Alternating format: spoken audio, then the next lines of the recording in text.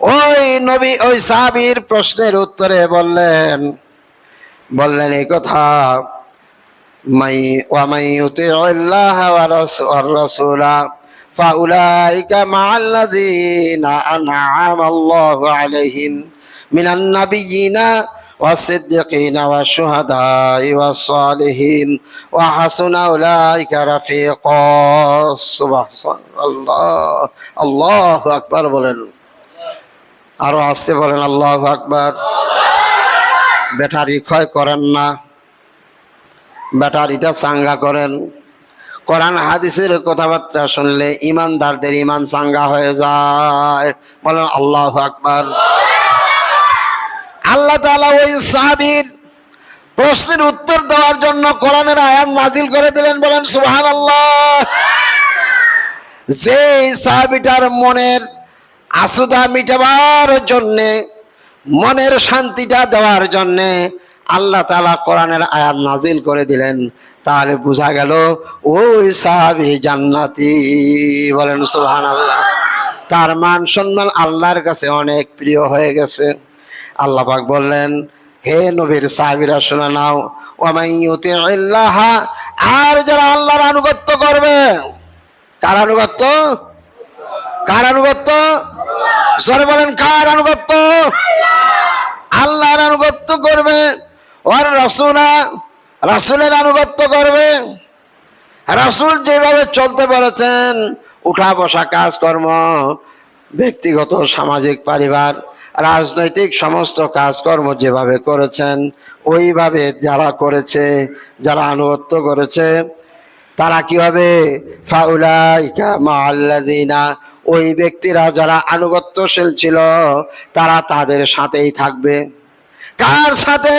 আল্লাযিনা আনআমাল্লাহু আলাইহিম, যাদের উপরে আল্লাহ তাআলা হেদায়েত দিয়ে নিয়ামত দান করেছেন, বলেন সুবহানাল্লাহ।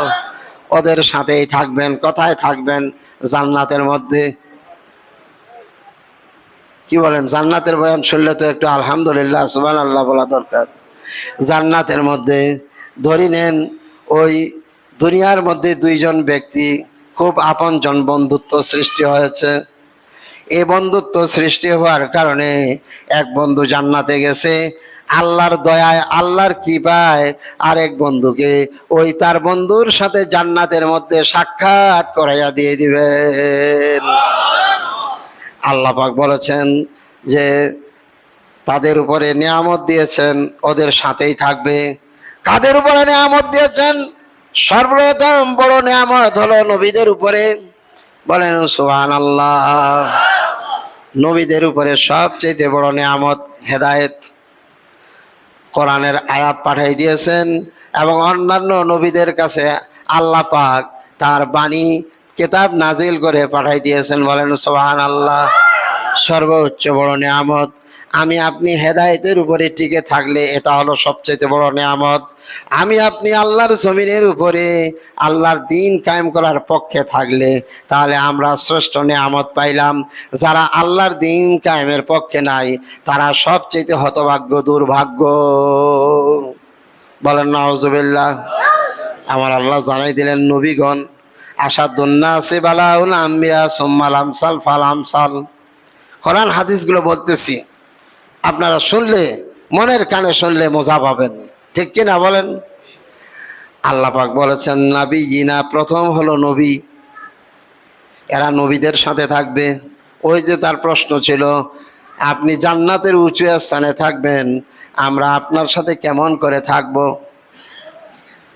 কেমন করে থাকব? অন্য জায়গায় আল্লাহর নবী বলেছেন যে মানুষ তাদেরই সাথে থাকবে যার সাথে যার সম্পর্ক ছিল। আলমারউ মা মান আহাব্বা, মানুষ তাদের সাথেই থাকবে যারা তাদেরকে দুনিয়ার মধ্যে ভালোবেসেছিল। আপনার আমার ভালোবাসা যদি মদখোর, নেশাখোর, তারিখর ব্যক্তিগুলোদের সাথে থাকে তাহলে ওই নেশাখোর ব্যক্তির সাথে হিসাব হয়ে জাহান্নামে যাইতে হবে। আপনার আমার ভালোবাসা যদি খুন খারাপি করেওয়ালা ব্যক্তিদের সাথে থাকে, সমাজের মধ্যে ফেসিবাদী কাজ করে নিয়োজিত থাকে, সমাজের মধ্যে অন্যায়ভাবে চাঁদাবাজি করে থাকে, সমাজের মধ্যে এক সময় আপনাকে চিনেছিল কিন্তু ক্ষমতা পাওয়ার পর আপনাকে আর ঘুরিয়েও দেখে না, সালামটাও দেয় না, এই লোকগুলোর সাথে যদি আপনার সম্পর্ক থাকে, আল্লাহর কসম করে বলতেছি ওই ব্যক্তিগুলোর আচরণ দ্বিমুখী হওয়ার কারণে জাহান্নামে যাবে। আর জাহান্নামে যেহেতু তারা যাবে, ওদের সাথে আপনাকেও রাখবে। বলেন নাউজুবিল্লাহ। আর কারো বুঝতে বাকি আছে? আর কারো বুঝতে বাকি আছে কথা? কেন বুঝবেন না? এত কথা বলি, এত কথা সমাজে দেশে রাষ্ট্রে বলা হয়, তারপরেও হাজিওয়ালা মানুষ, তারপরও নামাজি মানুষ, দেখেন না টুপিওয়ালা মানুষ ইসলামের বিপরীত শক্তিগুলোর সাথে হাত মিলাইয়া তাদের শক্তিকে শক্তিশালী করেছে, ঠিক কিনা বলেন? বরং তাদের সমর্থন, তাদের কথাবার্তা, তাদের কাজকর্ম, তাদের আনন্দ ফুর্তি ইসলামওয়ালা ব্যক্তিগুলোর সাথে যদি মিলাই দিতে পারত, এদের সাথে আল্লাহ তাদেরকেও জান্নাত দিবেন। ভাইরা আমার, আর আল্লাহ রাব্বুল আলামিন সবচাইতে বড় পরীক্ষা নিয়েছেন নবীদের কাছ থেকে। বড় পরীক্ষা, বড় পরীক্ষা। আল্লাহর নবীকেও বড় পরীক্ষা দিতে হয়েছে। তাকে 3.5 বছর ধরে, 2.5 থেকে 3.5 বছর ধরে গাছের জঙ্গলের লতা পাতা খাইয়া জীবনযাপন করতে হয়েছে। পেশাব পায়খানাগুলো গরু ছাগলের পেশাব পায়খানার মতো হয়ে গেছে। তায়েফের ময়দানে তাকে রক্তে লালে লাল বানিয়ে দিয়েছিল, দেয় নাই? লালে লাল বানিয়ে দিয়েছিল। ওহুদের ময়দানে আল্লাহর নবীর দাঁত মোবারক উঠে গিয়েছিল আর কপালের মধ্যে আঘাত দিয়েছিল, কপাল ফেটে গিয়েছিল। বলেন নাউজুবিল্লাহ। নবী যখন সালাত আদায় করতে গেছেন, নবীর পিঠের উপরে 5 থেকে 6 মণ ওজনের উটের ভুঁড়িটা মাথায় চাপিয়ে দেওয়া হয়েছিল। আল্লাহর নবী সালাতে গেছেন, কাফেররা গলার মধ্যে রশি লাগাইয়া 2 দিকে কাপড় পেঁচাইয়া 2 দিকে চাঁদ মারা হয়েছে। আল্লাহ হযরতে আয়েশা সিদ্দিকা এসে দেখলেন এই অবস্থা, তিনি এসে খুলাই দিলেন। আল্লাহু আকবার। কত না যন্ত্রণা, জুলুম, নির্যাতন। এরকম নির্যাতন কি আপনার আমার উপরে হয়েছে নাকি? কিন্তু কিছু কিছু মুসলমানের হয়েছে। কিছু কিছু মুসলমানদেরকে অযথা মায়ের পিট করিয়া হাত পা ভেঙে দেওয়া হয়েছে, বুকের মধ্যে গুলি মারিয়া নিহত করে দেওয়া হয়েছে, কারো চক্ষুগুলো উপড়াইয়া নেওয়া হয়েছে, কারো কানের মধ্যে আঘাত করে কানকে জীবনের তোরে ঠসা বানিয়ে দিয়েছে, হাত কেটে দেওয়া হয়েছে, ঠিক কিনা বলেন? ভাইরা আমার, নবীদের এই যে অবস্থা, ইসলাম কবুল করার কারণে এই মানুষগুলোরও সেই অবস্থাটাই হবে। সিদ্দিকিনা, সিদ্দিক ব্যক্তিদের সাথে হবে। সিদ্দিক ব্যক্তি মানে সত্যবাদী, আল্লাহর পথে যারা নিয়োজিত নিবেদিত প্রাণ ছিলেন, এরা হলো সিদ্দিক। যেমন হযরত আবু বকর সিদ্দিক রাদিয়াল্লাহু আনহু, তিনি জান্নাতি হবেন। জান্নাতের 10 জন সাহাবীদের নাম আল্লাহর নবী ঘোষণা করেছেন আল্লাহর পক্ষ থেকে। বলেন সুবহানাল্লাহ। তার ভিতর থেকে হযরত আবু বকর সিদ্দিকও। তো সিদ্দিক এই জন্যই যে তিনি মেরাজের ঘটনাকে স্বীকারোক্তি করেছিলেন কোনো প্রমাণ ছাড়াই। আল্লাহর নবী তাকে সিদ্দিক উপাধি দান করেছেন। বলেন সুবহানাল্লাহ। ওয়া শুহাদা, আর যারা শহীদ ব্যক্তি, আল্লাহর দ্বীনের পথে থাকিয়া তাদের জীবনকে তছনছ করে মেরে মারিয়া ডাঙ্গাইয়া হত্যা করে ফেলা হয়েছে, আল্লাহর পথে জীবনটা দিয়ে দিয়েছে। যেমন কয়েক বছর আগে আমাদের বিশিষ্ট নেতৃবৃন্দদেরকে ফাঁসির রশিদে ঝুলাইয়া তাদেরকে জীবন্ত হত্যা করে ফেলা হলো, তারা শহীদ হয়ে গেছে। বলেন আল্লাহু আকবার। তাদের ভিতরে ছিল জেনাবে বিচারের চাপ, না ছিল আপনার টাকা পয়সা মেরে খাওয়ার চরিত্র, না ছিল তারা শুধু দিন ইসলাম কায়েমের লক্ষ্যে কাজ করে গেছেন। তাদেরকে এইভাবে আঘাতের পর আঘাত দিয়ে মেরে ফেলা হয়েছে। তাদেরকে অনেক সুবিধার কথা বলা হয়েছিল যে আপনারা এই রাস্তাটা ছাড়িয়া অন্য রাস্তায় চলে যান, আপনাদের সম্মানের সাথে থাকবেন, আমরা আপনাদের সহযোগিতা করব। কিন্তু না, তারা আল্লাহর দ্বীনের পক্ষে ছিল। বলেন সুবহানাল্লাহ। দ্বীনের পক্ষে থেকে, যেমন ধরুন আল্লামা সাইদি সাহেবের যেদিন রায় হয়, তার রায়ের দিনে প্রায় 170 জন নারী পুরুষ সারা বাংলাদেশের ভিতরে একেবারে চিৎকার করা শুরু করলো, দলে দলে মিছিলে মিছিলে। সেদিন সেই নাদানেরা, সেই দিন সেই পুলিশ বাহিনীরা অন্যায়ভাবে গুলি করে প্রায় 170 জন লোককে, সাইদি সাহেবের ভালোবাসার লোকগুলোকে হত্যা করে ফেলেছিল। নাউজুবিল্লাহ বলেন। ভাইরা আমার, এই শহীদ ব্যক্তি ওয়াসসালিহিন আর সৎকর্মশীল ব্যক্তি যারা আল্লাহর পথে থেকে সৎকর্মভাবে জীবন যাপন করেছেন, এত সততার সাথে জীবন যাপন করেছেন।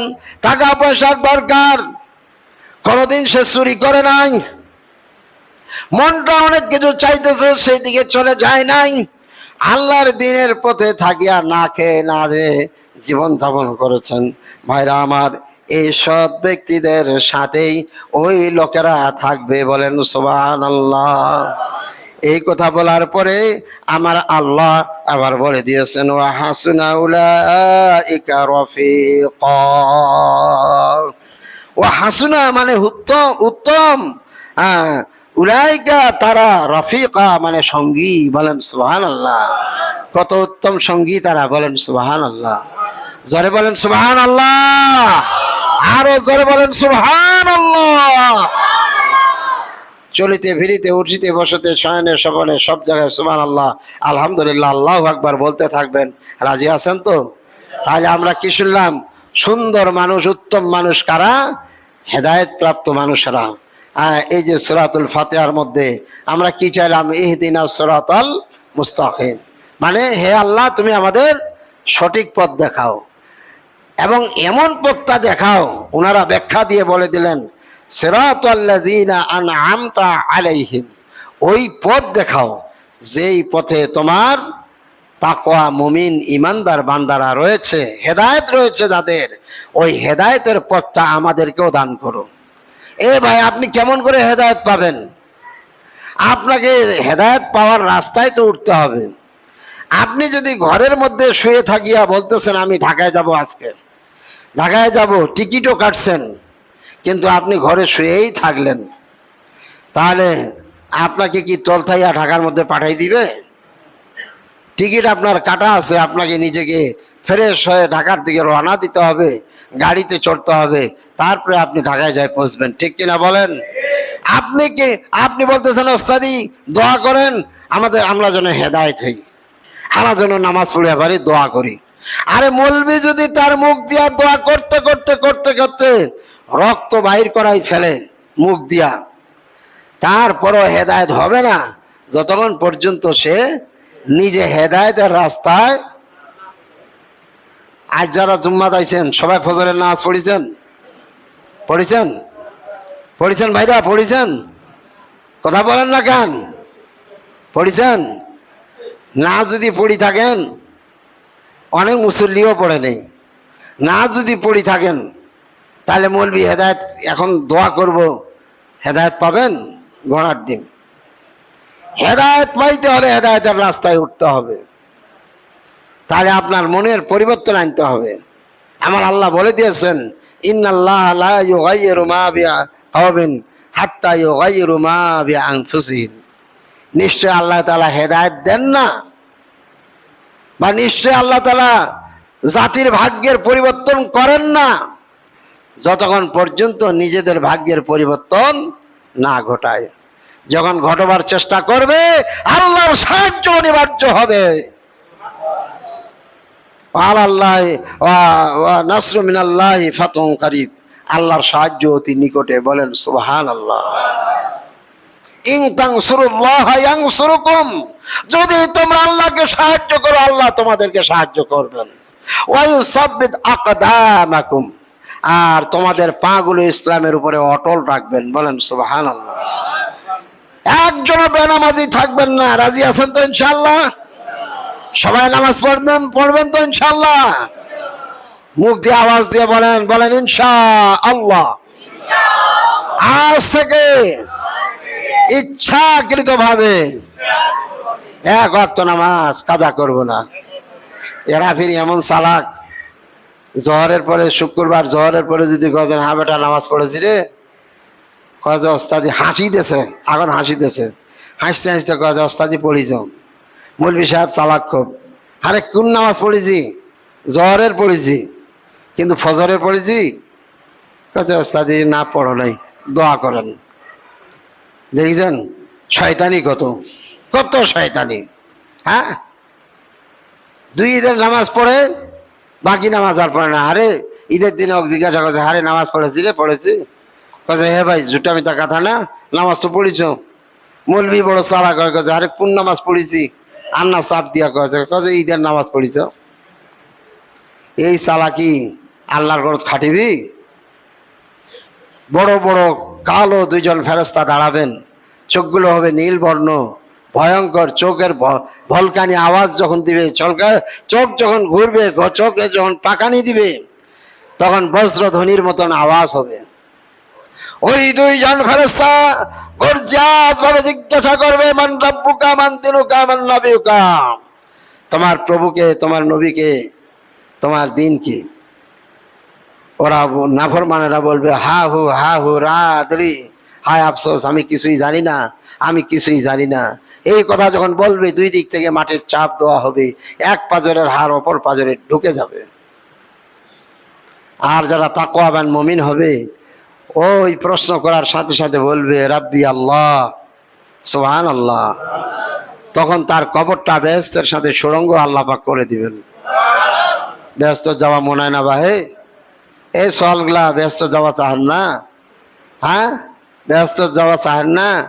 এখনো যদি জুম্মার পরে একজন দাওয়াত দে, ভাই সব আমার খাসি জব করেছি 5টা খাসির গোস্ত আমি সবাইকে আপনাদের খিলাবো, আমার ইচ্ছা, আপনারা কেউ বাদ যাবেন না, সবাই আসবেন। মন গলা কেমন খুশি হবি, কাজে যাক রে আজ এটা কামে হবি, খাউনটা দিমাইস। কি গান? আল্লাহর জান্নাত কি ওই খাসিরা গোস্ত? সবাই সুন্নত নামাজ আদায় করেন, আর আজ থেকে 5 ওয়াক্ত নামাজ আদায় করবেন ইনশাআল্লাহ। আসসালামু আলাইকুম ওয়া রাহমাতুল্লাহ।